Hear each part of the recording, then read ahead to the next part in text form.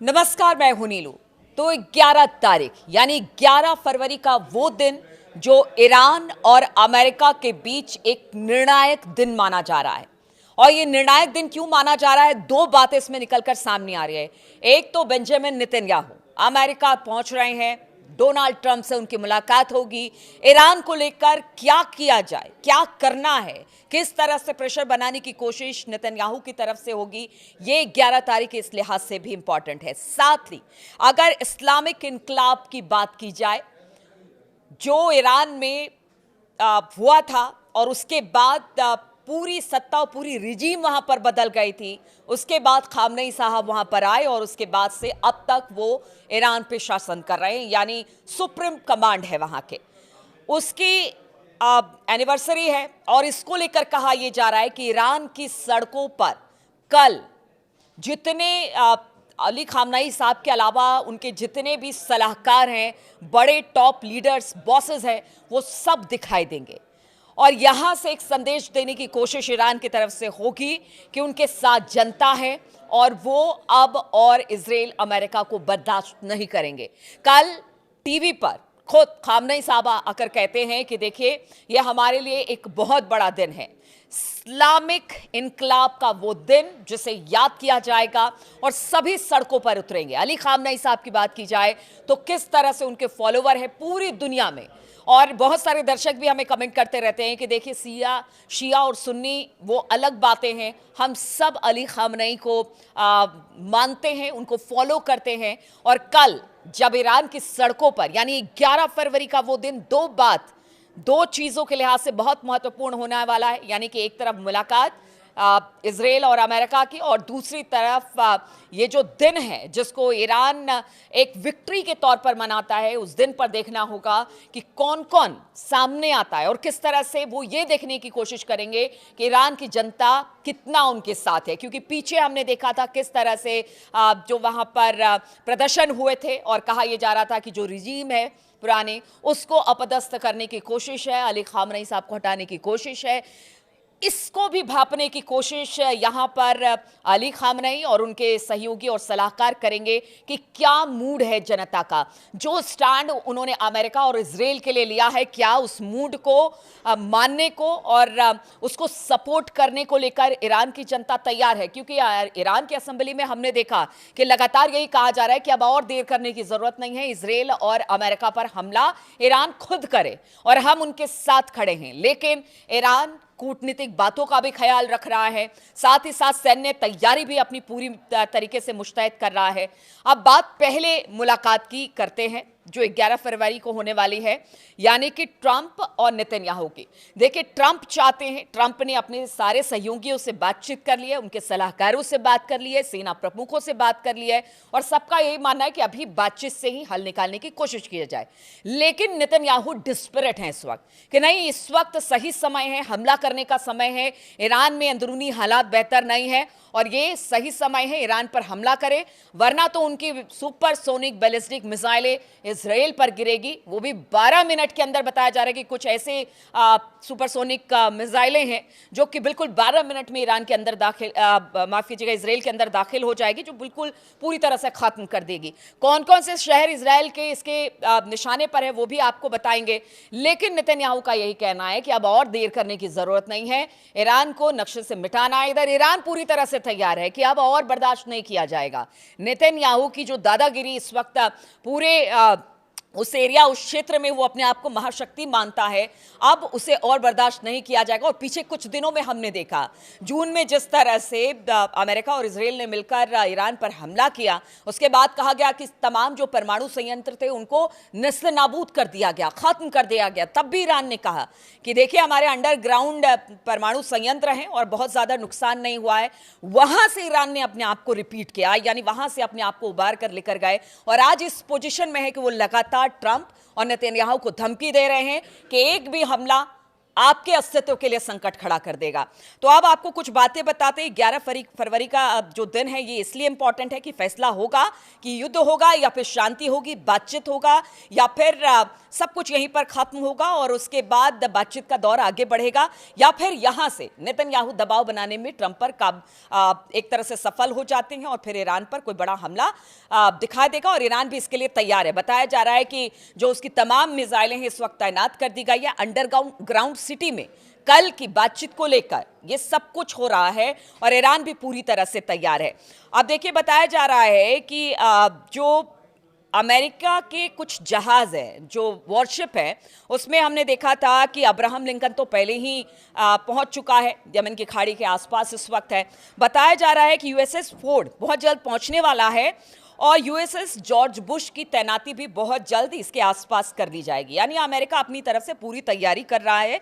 भले वो बातचीत की बात करता है, सैंक्शन की बात करता है, प्रोवोक करता है ईरान को, उस पर सैंक्शंस लगाता है, लेकिन फिर भी वो अभी भी संयम बनाए रखे हुए है। उसका कहना है कि बातचीत से ही इस मामले का हल निकाला जाए।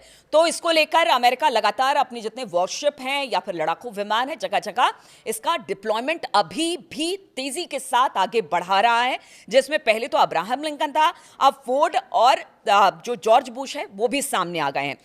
खबर यह मिल रही है कि साइप्रस, जॉर्डन, कतर, सऊदी अरब, तुर्कमेनिस्तान और पुर्तगाल, स्पेन और जर्मनी में भी अब धीरे धीरे, यानी कि सिर्फ अरब देशों की बात नहीं की जाए जहां पर अमेरिकी युद्धपोत हो या फिर लड़ाकू विमान हो, इनके बहुत तेजी के साथ डिप्लॉयमेंट बढ़ाए जा रहे हैं। बल्कि अब तो जर्मनी, स्पेन, पुर्तगाल, यानी वो सब जगह पर जहां से हमला किया जा सकता है, यानी ईरान को घेरा जा सकता है, उन सब जगहों पर इस वक्त यूएस आर्मी धीरे धीरे अपने डिप्लॉयमेंट्स बढ़ा रही है।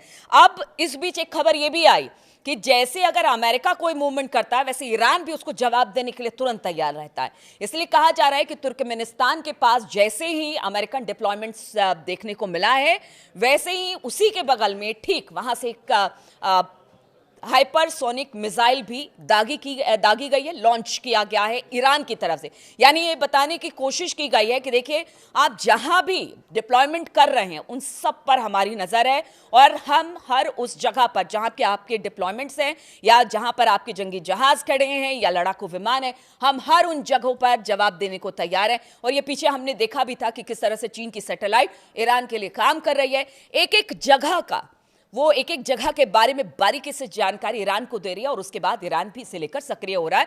इसलिए कहा जा रहा है कि तुर्कमेनिस्तान में भी जिस तरह से अमेरिका की डिप्लॉयमेंट शुरू हुई, उसके बाद वहां से भी एक मिसाइल लॉन्च कर दिया गया ईरान की तरफ से। यानी सिर्फ ये बताने की कोशिश की गई है कि सिर्फ आप ही तैयारी नहीं कर सकते, हम भी तैयारी कर सकते हैं। अब दूसरी बात आपको बताते हैं कि देखिए, जो कल बात होगी ट्रंप और नेतन्याहू की, वो 4 बातों पर मतलब एक करीब 4 बातों का खाका है जिसको वो दबाव बनाने की कोशिश ट्रंप पर करेंगे।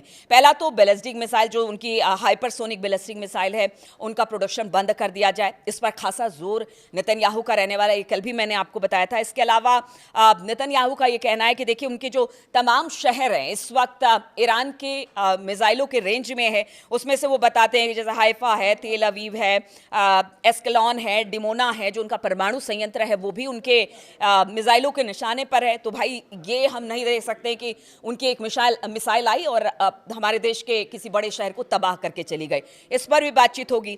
साथ ही ये कहा जा रहा है कि देखिए, जो कतर, ओमान, सऊदी अरब, कुवैत, जो अरब देश हैं, तुर्की को छोड़कर ये जो अरब देश है, अब वो भी धीरे धीरे ईरान के पक्ष में आ रहे हैं, जो कि ये सही नहीं है अमेरिका और इजराइल के लिए। इसका भी उनको खतरा है।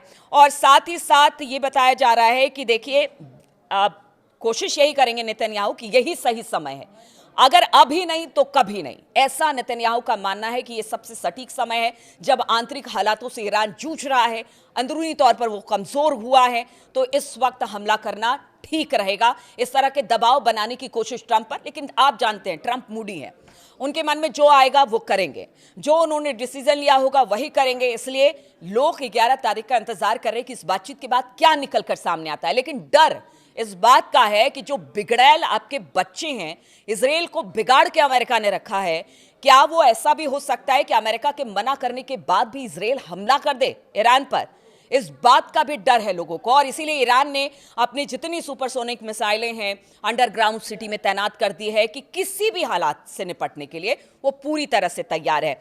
अब यही कहा जा रहा है ईरान की तरफ की, ईरान की बात की जाए तो देखिए अली खामनेई साहब ने पहले ही कह दिया, उनके आर्मी चीफ जो है उन्होंने पहले कर दिया है, खास तौर पर अब्दुल रहीम जो मुसाफी हैं, जो उनके चीफ ऑफ स्टाफ हैं, उन्होंने एक बयान दिया कि देखिए ऐसा है कि इस बार हमला एयरफोर्स से होगा। मैंने कल भी इसका जिक्र किया था कि आखिर क्या वजह है कि बार बार ईरान एयरफोर्स की बात कर रहा है।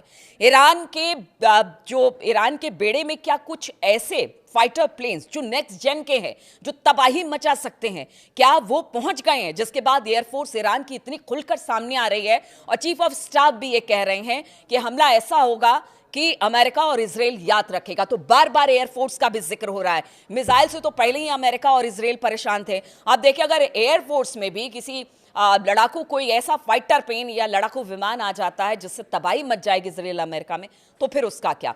अमेरिका के भी कई शहर इस वक्त मिसाइल के निशाने पर है ईरान के, और बताया जा रहा है कि उस बात को भी लेकर नेतन्याहू कहेंगे कि देखिए आपके शहर भी अब महफूज नहीं रह गए हैं। तो एयरफोर्स भी पूरी तरह से तैयार है। अली खामनेई साहब ने भी कह दिया है कि हमला होगा, बड़ा हमला होगा। और देखिए कल जिस तरह से इस्लामी इनकलाब की एनिवर्सरी है, उस पर एक बड़ा संदेश खामनेई साहब की तरफ से देने की कोशिश की जाएगी। अब देखना होगा कल का दिन कितना इंपॉर्टेंट है।